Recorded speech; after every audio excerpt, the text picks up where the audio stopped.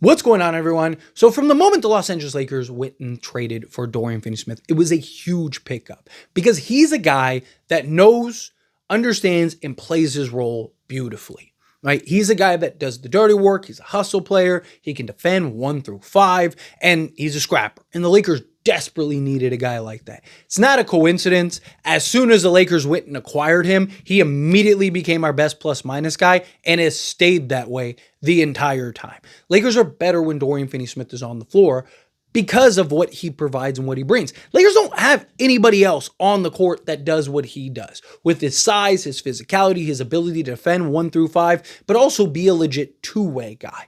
Now, when the Lakers went and acquired Dorian Finney Smith, he was coming off of an excellent shooting season, right? He was shooting over 40%, looked really good. So if you look at his numbers in Brooklyn, averaging 29 minutes per game on 8 attempts, he shot 46% from the field. He was shooting 43.5% from three-point range for Brooklyn, right?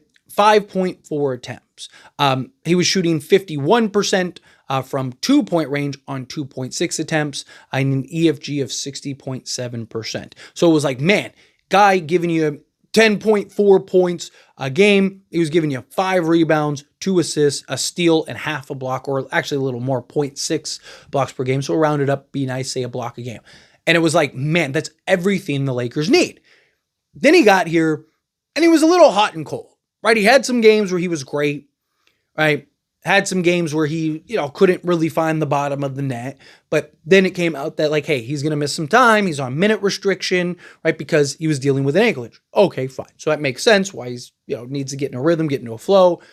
Fast forward, Lakers ultimately end up trading for Luka, right? Has familiarity with Dorian Finney Smith. That's huge. Even kind of makes you question, is the reason that the Lakers went and traded for Dorian Finney Smith was because they knew Luka was coming, right? Because you got to keep in mind, according to the information we got, Rob Pelinka and Nico Harris, they were negotiating and having conversations a month prior, which was around the time that Dorian Finney Smith came, right? So I wonder if Rob was like, hey, I mean, obviously he was a guy you needed regardless. So I don't think it was solely because, hey, we might get Luka, but I think, there's an argument to be made that that might have been part of it.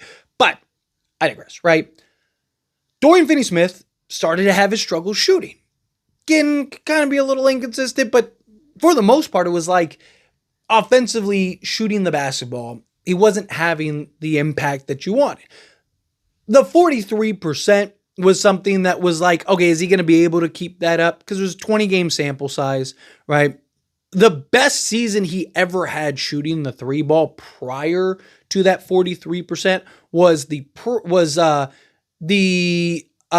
Dallas season, in which he shot 39.5%, right? So that was the 2021-2022 season, right? On this season, totally shooting 40% if you count the Lakers and the Nets, right?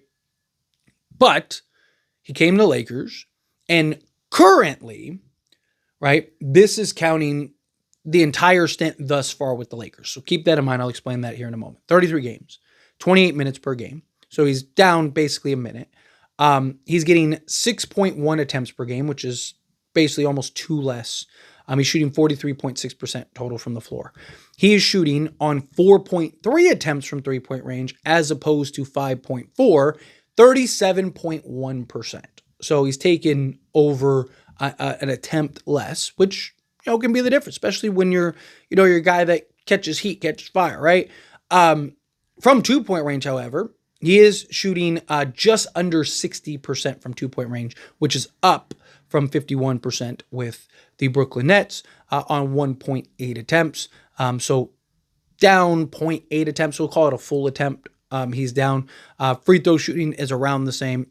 He's averaging 4 rebounds, 1.5 assists, a full steal, half a block, and 7.3 points. So down 3 points, basically that extra bucket, right? 3 points that he's not getting that he was getting in Brooklyn.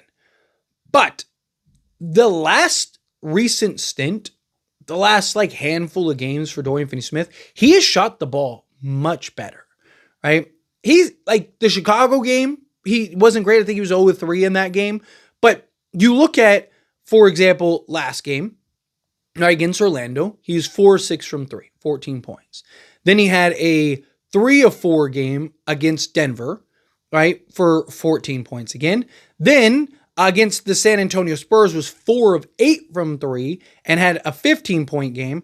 And then against Phoenix had a 10-point game in which he was 2 of 6 from 3, but 3 of 7 overall, right? So again, just a much better performance in the recent games, shooting the ball better. And you can go back further than that if you want. I'm just talking about his recent 5-game stint, right? Outside of Chicago, he's shooting about 50% from three-point range, which is very good. He's actually shooting better. He's shooting closer to 60% from three-point range, right? Now, could this just be a moment, right? He's just having a hot heater moment? Possibly. It's obviously a possibility. There's also the possibility that he has adjusted to what he said he needed to adjust to. And that is being so incredibly wide open. One of the things Dorian Finney Smith said about a month ago now, give or take, was that he's not used to being as wide open as he's been playing alongside Luka and LeBron. So he's used to just catching the ball and just getting it up as fast as he can, right? Well, now he has time to kind of think about it, and he's rushing or he's overthinking it, right? It's either one or the other, right? Rather than realizing, okay, I can catch the ball. Let me set my shoulder. Let me square my shoulders, right? Let me plant my feet. Let me make sure that I get a good quality shot, a good quality look, up my percentages. And you've seen him be better. You've seen him starting to knock down his shots, right? He's not just hurrying it up and just trying to get it up, right, because he's worried that somebody's going to close out. When you play alongside Luka and LeBron, you're getting a lot of wide open looks because the attention that they draw, the way that they collapse. Even Austin Reeves does a good job of collapsing the defense. So you get guys like Dorian Finney Smith who are just on an island. And it's like, just, hey, take a second, square your shoulders up, right? Get your body right. And, get the shot where you need to shoot it so you can release it and get a good shot, right? You don't have to force it. You don't have to rush it. This isn't something that you need to, and I think that is something that he's learning that is very beneficial for him. I think that's something that he's starting to make the adjustment for, and he's been very good on the offensive side. He's been much better and much improved, which is big because the Lakers need it, right? Lakers need him to be a legit two-way guy, knock down the open three and be able to defend basically any position on the basketball court, and Lakers will be better, especially in this recent stint. But I haven't talked about Dorian Finney Smith in a while. Wanted to talk about him. As always, pass question on you. Let me know your thoughts and opinions down in the comments below. What do you think? How do you feel? What are your thoughts? Have you been impressed with Dorian Finney Smith? Do you like what you've seen from Dorian Finney Smith? Do you think we'll see if he can keep pushing, keep doing this? How do you feel? Whatever your thoughts are, I'd love to hear it. So let me know down in the comments below. That being said, if you haven't liked this video, hit that like button. Helps me out. Lets me enjoy these types of videos, and I truly appreciate it. Not subscribe to the channel, hit that subscribe button. Turn on the bell notifications. Appreciate y'all. See you in the next one.